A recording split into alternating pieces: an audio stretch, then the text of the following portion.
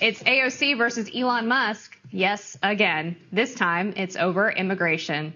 Musk tweeted Thursday that the Democratic Party goal is to import voters. AOC then fired back last night, "You are literally an immigrant." I guess a little bit of a zinger there from AOC. A lot of people were pointing out that Elon Musk is referring to illegal aliens that are perhaps being imported by the Democrats versus legal immigrants. And she said that it doesn't matter because seeking asylum is legal. I would argue against AOC that the way a lot of illegal aliens are seeking asylum.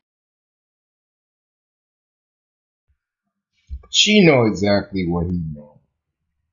You see the games they play. You see the games these Democratic politicians play. She know he meant illegal immigrants, not immigrants. Elon Musk is not an illegal immigrant. He's an immigrant, like many of us, like many of our mothers and fathers who came here, did the paperwork, paid all type of fees and had to run from one office to another office, and they had to start from one job that was a low pay to at least a job that paid another dollar. She know what he's talking about. But these are the people that y'all vote for, these political manipulators. When she sent that tweet out to Elon Musk, it should have been 100% of people saying, why would you know what he's trying to say. You know what he's trying to say. You know what he's talking about. These are the games they play.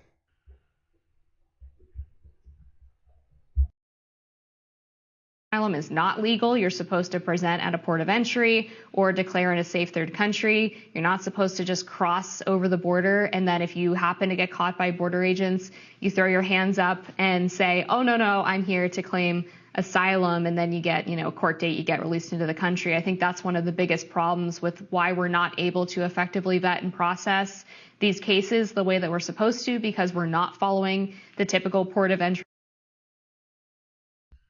Yo, why? Shorty to the left is a cutie. Shorty to the right, she looks like a little, I don't know, she got a weird face. But to the left, she's a cutie. She's like, what is she, like a model, like a news model? Look at her hair all fluffy. Oh, it's nice. And she doing a little commentary in her little crib, little apartment. I like that. She's a cutie, but back to the show. Process that is laid out in the law. But AOC and Elon Musk just have been sort of going at each other's throats for quite some time. This is probably the 6th or 7th battle. Whoa, she said going at each other's throats. Oh, she needed to do a no diddy on that one. That's a no diddy. Now, I don't think she really meant going at their throat. I think AOC is married anyway, so Elon Musk, I won't be shocked if he want to go down her throat, to be honest with you. Battle that they've had spilling out on Twitter. They both obviously have really big platforms. And I don't know, it's kind of cute. I kind of like the little jabs they throw at each other. I love the memes that it's all based on them having a crush on each other. I find them quite funny. I don't know if that's really what's happening. AOC seems to be happily engaged. Elon Musk seems to be unhappily divorced. Who knows the feelings between the two for each other that are romantic. But Y'all tell me she not cute? Y'all tell me, let me see. I'll give her, on a scale of 1 to 10. Can't really see her body, but she seems pretty fit. I'll give her 3 points on the body. I'll give her 3 points on the body. I can't really see it, but I could tell she's fit, and I could tell. She's a white girl. A lot of white girls at the gym. A lot of white girls go to the gym. You don't notice? You don't notice when you go to the gym? A lot of times, even in an urban area that is mostly black, you still see a lot of white people. You still see a lot of Hispanic chicks because it's a culture thing. It's not a color thing. It's a culture. And when I say Hispanic, that could be black too. That could also be black. But what I'm saying, I'm talking about regular black, regular Americans that have no connection to any islands or any connection to any South America, Southern, no connection. I'm talking about regular black people from Arizona, Mississippi, and Georgia, and North Carolina. Talking about regular black folks. But to say that, I say this. Shorty right here is bad. So I give her a 3 on the body. I give her the face. I give her a 3 on the face. So we got 6, right? Her hair, I gotta give her 2 points on the hair. I give her 8. I give her 8. I am confused as to how are they illegal immigrants if then they would have a green card? Wouldn't that then make them legal immigrants if they have a green card? Yo, don't she seem high? Is she high? Nah, she's high. She's high. I know high when I see high. Look at that. She is high. She's high. She's high. Look at these eyes. Look how slanted these eyes are. She's high. She's high. Alright, this is a hell of a job. You could just talk in his behind.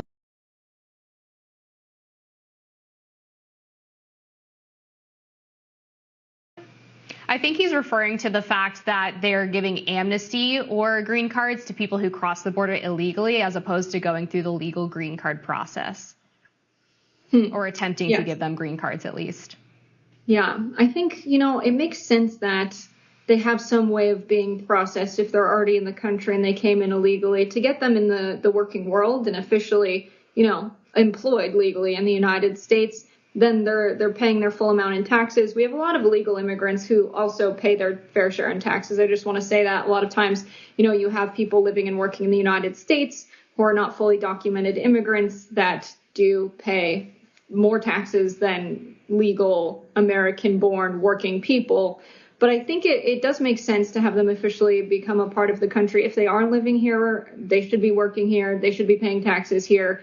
So I don't know. It seems to me that what we've seen in terms of economic growth over the last couple of years, a decent portion of that can be credited to growth because we've grown the workforce through having, migrant workers, not talking about the Taiwanese immigrants coming in to work under the CHIPS Act, but people that are coming here to start a life here. I think it makes sense that they have a path to citizenship, even if they didn't cross the border legally. A big reason why migrants don't do this is because of the timely nature it takes to be processed at the borders, because of the increase in migrants being held in detention facilities. I think, avoiding that is kind of a natural human calculation. Should we have policies that, have more legal ports of entry, have more investment in processing these migrants? Absolutely. So this doesn't happen in the future. But it seems to be a policy decision around, well, what do we do now? And I think making sure people, if they're going to be here anyway, are at least legally integrated into the society. We have a record of them. They can work and be productive participants of our society as well. I think that's unfair to people who do go through the legal process. I was just about to say that. I think it's very unfair to people who go through the legal process. process. 100%. It's just not fair. This girl is high. It's just not fair for a group of people, no matter where they from, just to come through like that without any processing. Not when you got a whole bunch of citizens that have been here for many years, came here legally, paid taxes, they here with their kids now. You're just bringing anybody over the border. Sex offenders, drug dealers, good, many, I'm sure it's good, hard-working people that never even committed a crime in their life. They really want to come here and work and be productive citizens. But you don't know the difference. You can't tell. It's a stampede at the border. You can't tell. They need to close the border. Though, because they spend sometimes a decade trying to get citizenship. It's obviously not super easy to get even just a green card. And so when you reward and incentive. Yes, I get it. Nothing is hard to get. Nothing is hard. It don't matter if it takes a decade. No, if they claim America is so great, it's so great, right? That everybody want to come here. You want to come here, you want to pay these high taxes, come along.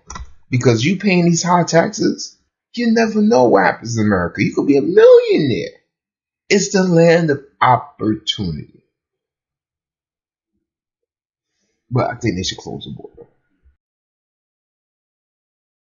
Incentivize people essentially skipping the line, that just seems fundamentally unfair. And also like you're only overloading the process that's being significantly delayed at the southern border even more by convincing people that if they do make it into the United States, they're not only going to be allowed to stay, but they're going to get a work visa. They could eventually get legal status. Right now, in places like New York, illegal aliens are getting $500 visa gift cards monthly, which is more than some tax-paying American citizens get. And that just seems very perverse to me. And there is a process for people, again, to get green cards if they are working in an industry that is understaffed by American citizens. There's seasonal visas available for farm laborers. I mean, all of these things already exist.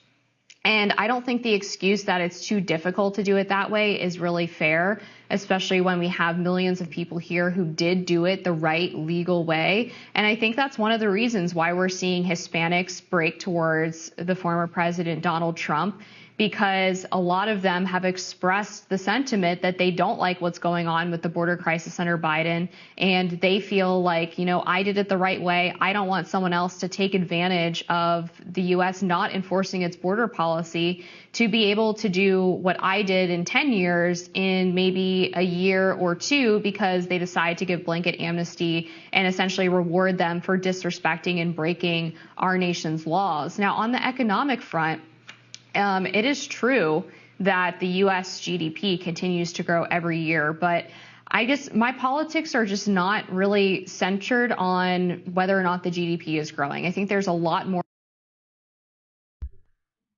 Migrants are getting $500 a month? I didn't hear anything this girl just said after that. I wanted to pause the video and come in, but I was just so shocked. I didn't know she was going to say that. She should have gave us a warning. They're getting $500 a month? 500. How many migrants is it?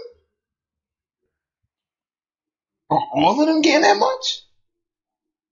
I mean, literally, like 500? 500 is good money. Especially if you have to pay rent. 500 is good. 500, you could go to ShopRite. You could go spend good $250. Get a whole bunch of food. You got the hotel room with the fridge. You're like, yo, I got coronas in here, homie. Everybody eating good, drinking Coronas. All on American taxpayers. What a, what a finesse. What a finesse. More that goes into having a stable nation and a stable economy besides just whether or not our economy is getting bigger. I think right now we have an amazing opportunity to allow American citizens the opportunity to organize and ask for and demand higher wages, better benefits, because we have this tight labor market. And what big corporations are doing is they're taking advantage of what's happening at the border to allow these illegal aliens to work for them, to lobby for the U.S. government to give them work visas because they want to be able to have cheaper labor than what they're getting from American citizens. So really what you're doing is undercutting the American worker with what is effectively an illegal immigrant scab who is working for much lower wages. Sometimes they're working under the table, which means they don't pay taxes on their income, and they're not getting benefits either. So I don't think this is good for either party because you're basically having a two-tiered economy where you have either illegal workers or workers who are here illegally and have a work visa, being able to go in for a very low wage. Maybe they're working for minimum wage. They're not getting benefits. And then you have American workers who are slowly going to get priced out of the workforce because they're going to be considered too expensive. What did I say?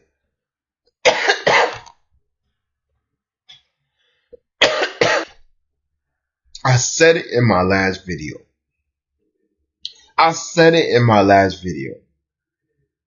They are pushing out the lower class poor that we have now and a little bit of the middle class, and they're making a new class. They're making a new class. They're making a new lower class. Because society has spoiled the Americans that are lower class today. PPP loans. PPP loans. Everybody got a taste of the riches. People making money on YouTube, so now jobs like, well, I ain't going to make out in 20. I'll go on YouTube. Streaming. You know? Americans got too expensive. Yo, I want to hire 2 people to do such and such. I'm paying $15 an hour. You'll see a 15, 16-year-old tell you, I ain't working for no $15 an hour. Like, what? What? You're 15. You lucky I didn't say $5 an hour. You're 15. Do you have a mortgage? Nah. Do you even pay your cell phone? Nah, my mom pay it. Do you have any bill? Nah, I don't got no bill. And you're complaining about getting paid $15 an hour? And this is coming from 15 and 16-year-olds. So just imagine the adults. There's not a single industry in the entire United States that is a majority immigrant labor, including farm work. And even in farm work, only about 2% of the workers there are illegal aliens. And so I think it's a... Oh, they brought Batty back. They brought Batty back. Batty is bad. And she is. You telling me this is not bad, y'all? Look at this. Are y'all telling me this is not bad? She's bad. She's bad. Look at this. Look at this face. Y'all telling me this face ain't cute? Y'all telling me. Look at those lips. Look how perfectly shaped her lips are. Look at that. Look at how her face is made for TV. She's a cutie. I don't care what y'all say, man. Yeah, I'm stopping the show. I'ma stop the show. Talking about baddie. It's the only time we stop the show. It's about a real baddie. If it ain't about a real baddie, the show must continue. Okay, let's continue the show.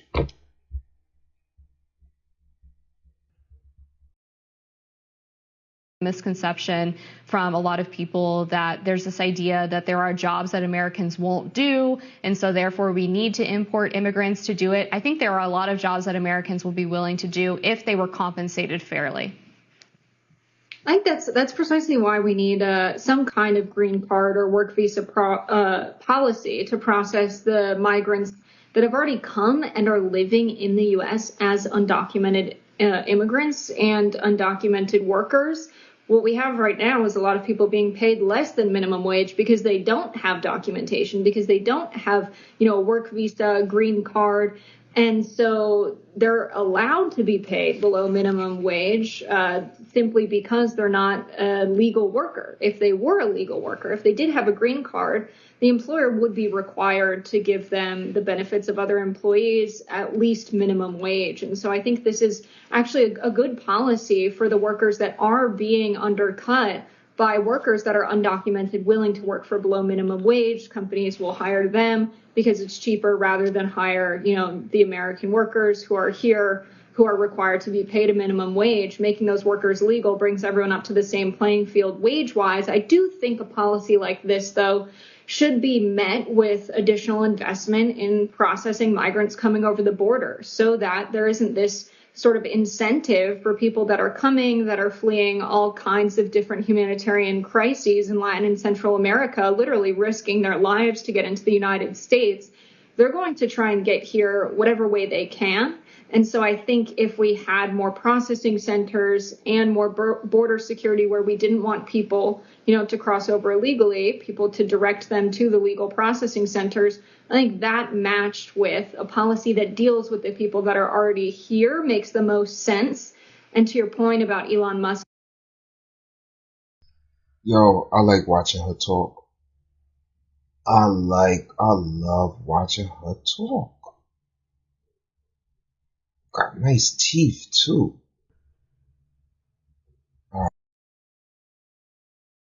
Saying they're importing voters. What you said about Hispanics breaking for Donald Trump, it makes a lot of sense. When you have the Latino vote sort of taken for granted by the Democrats, that's actually not something that reflects reality. We do see Latinos breaking in either direction politically. So this whole they're importing voters thing.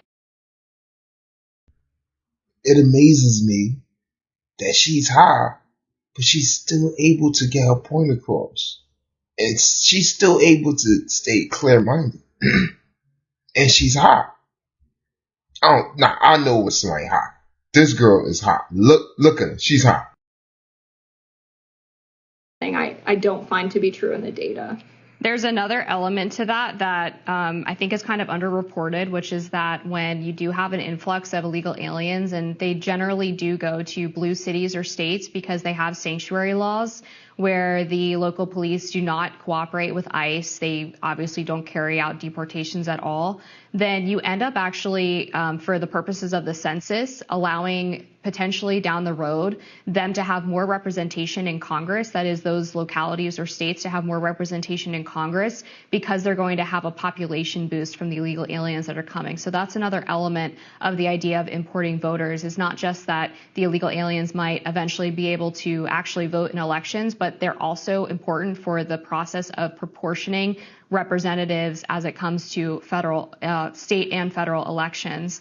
I think I would wonder when the cutoff is, though, for giving work visas to or amnesty to illegal aliens who are already here, because we have about 12 million right now. The U.S. workforce is about 167 million. It doesn't seem like we have any of the infrastructure or a stable enough economy to just give work permits to all of those people and expect that it's not going to be a huge detriment to the American worker and to the economy writ large. And that's without even mentioning, of course, the current housing shortage that we're facing, where rents are skyrocketing. A lot of people are incapable of finding an affordable single family home, and they're now having to turn over some of their resources to the illegal aliens that are coming when they paid taxpayer money for their ability to have assistance from their government, to use community centers. That's the whole point. Push them out. America is they're pushing out the middle class. They're trying to start totally over. The migrants are going to be middle class very soon. They're going to be middle class very soon. They're going to make a better middle class, a more elite middle class. And hopefully this middle class will last longer than the middle class they had before. You know, these corporations, it's going to be a lot of profits coming in next year. A lot of profits. To use schools, and they're now being used and to stay in hotels, and they're now being used to house all of these illegal aliens, further driving up housing costs for the average American. Now, in addition to all of these economic and housing concerns, we also, of course, have the issue that the people who are being processed are not properly vetted, because we don't hold them in detention centers while we do a background check and find out if there's a warrant for their arrest in their home country, or find out if there's some connection to gangs. And so what we've been seeing over the past couple of years is that some gangs from places like Venezuela and El Salvador are actually coming into the U.S. and establishing gang centers here with the purpose of sending earned money that they get from their criminal activity back to the local gangs in their home countries. Perfect example of this is what's been happening in New York with Trendel Aragua, where they have basically been running this crime ring where they ride around on mopeds and scooters, and they steal phones out of people's hands, and they transfer money out of their bank accounts or via their Venmo and Zella, and then further sell the phone overseas for an additional profit, and then send the money back to Venezuela. Yeah. Right now, the drug dealers are happy. Right now, the drug dealers in Mexico, they're happy the borders are open. They save a lot of money. Before, they had to do all type of crazy stuff and build tunnels under the border. You know, now they had to rely on, the water, trying to get drug. Now, they don't have to worry about none of that. They don't have to worry about none of that. They don't have to worry about going in the water, worrying about sharks or nothing. The Coast Guard, no.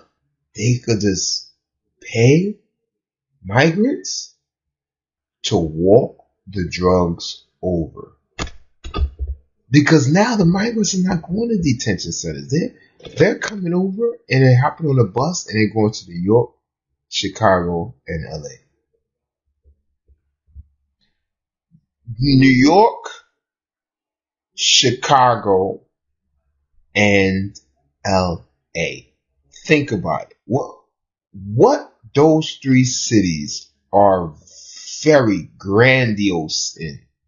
Think about it. I'm going to help you out. Drugs. They're flooding New York, Chicago, and LA with drugs. That's why Governor Abbott in Texas, that man is turning red. He's turning red every time I see him talk about it. He cannot stand Biden. He just don't understand why they want the borders open so bad.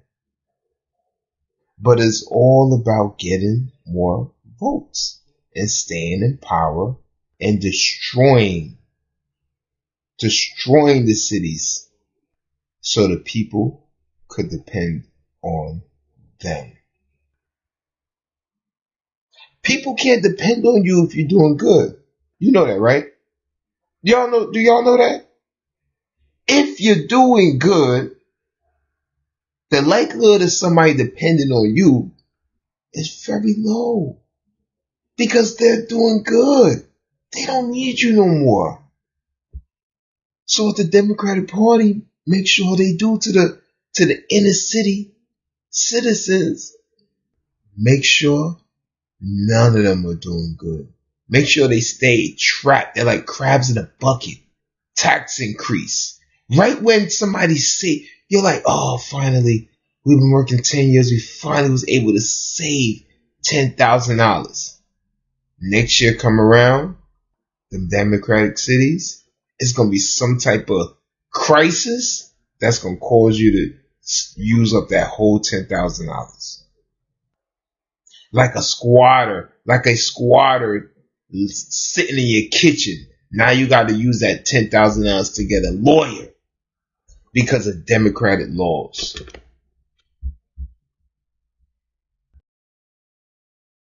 Venezuela. MS-13 has been operating in places like Northern Virginia, Maryland, Montgomery County, Maryland, and Long Island in New York for quite some time, and are known for their really brutal, violent acts of initiation. There's been a number of cases over the past just couple of weeks of Americans being raped and murdered by illegal aliens, and also other migrants being raped and murdered by people that they have been housed with. That was an example that happened up in Massachusetts, where a 15-year-old disabled girl was raped by a fellow illegal alien who was staying in the hotel with her. And so from a humanitarian standpoint and from a national security standpoint, we need to be doing a better job of making sure that we're not letting in criminals. And when you allow people to overrun the border to the point that we're just processing, releasing, our government doesn't have the opportunity to do that. And that's such a disservice to the American people who expect that their government, if there's anything that they're in charge of doing, if there's anything they pay taxpayer dollars for, it's to protect them, to have public safety. Yeah, I think that pays credence to the policy of making sure that there are more personnel and more processing facilities on the border, because it already is a law that you cannot become a citizen in the United States. You cannot migrate to the United States if you have, certain criminal records. And so that's already a law. I personally think that anybody that got killed and got hurt by an illegal migrant, I think they should be able to have a lawsuit. The only way to fight these powers and for these powers to change is to affect the money. You mess with their money, that's when they think about changing. You don't mess with their money, they don't care about you. Law that is in place. It's not enforced because there really has been a lack of investment in the southern borders facilities that are responsible for processing migrants. And so the situation that we have now is, with really sparse investment, you have large parts of the border where people are crossing to avoid the long processing times. The solution to that is just more people on the border, ensuring this doesn't happen. I think the majority of people crossing into the United States, the data reflects this, are not criminals. They are people coming here for a better life who are willing to work honestly. And a situation where you have a policy that allows them to be legal workers in the United States, they will be counted as a part of the unemployment rate, which will be reflected in the federal government's numbers, especially the Federal Reserve's numbers. When we think about central bank policy, we could see a situation where interest rates are brought down. The economy is created, and economic policy, especially monetary and fiscal policy, is designed in a way where it's adjusted according to what the working population is. And so we've been in a period of very high interest rates.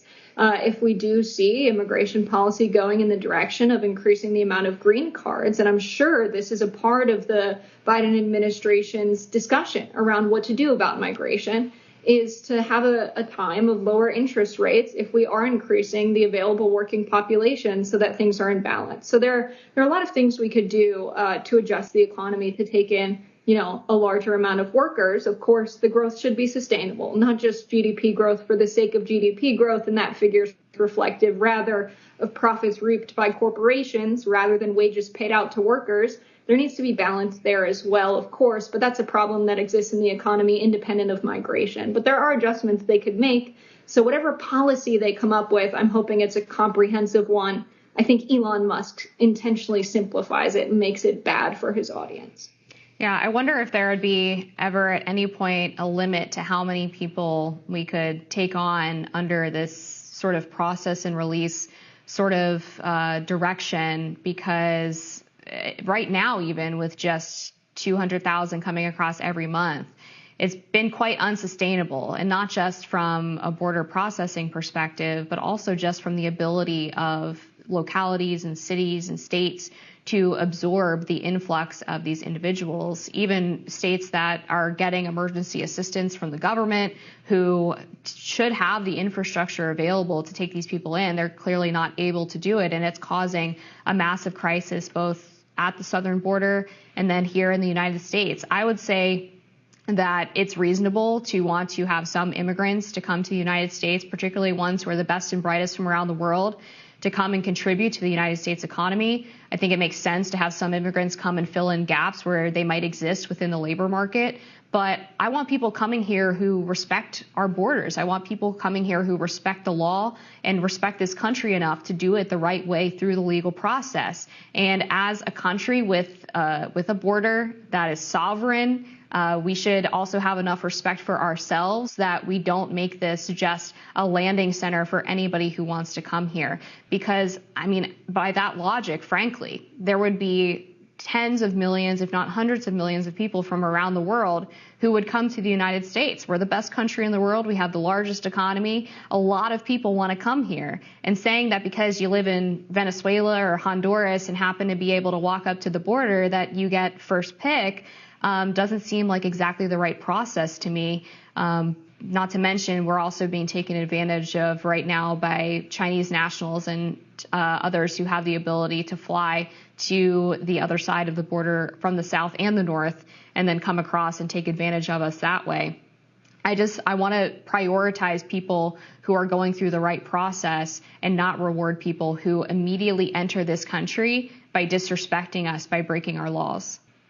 Yeah, very interested to see what the Biden administration comes up with. We did see, bipartisan bills pass through the Senate, which we haven't seen in quite some time, but I think we're going to need something far more comprehensive that takes into consideration the long-term economic effects of migration, but also, how much this is a consequence of American foreign policy, that at this point we are reaping what we've sown in destabilizing a lot of countries across Latin and Central America. That's created conditions where people who have lived in these countries for generations now see them as uninhabitable. And so I think the United States is going to have to consider their role in creating the migrant crisis and really take responsibility in coming up with a solution for this, because migration's an issue all around the world. It's more of a human issue than it is the issue of any country. That people cross borders, people in the United States leave and move to other countries. But I think this is the kind of situation where we're going to have to treat the issue of migration with the same responsibility we move forward with foreign policy with our neighbors in Latin and Central America. We're going to have to leave this one here. We'll be talking about migration a lot more on Rising, more after this.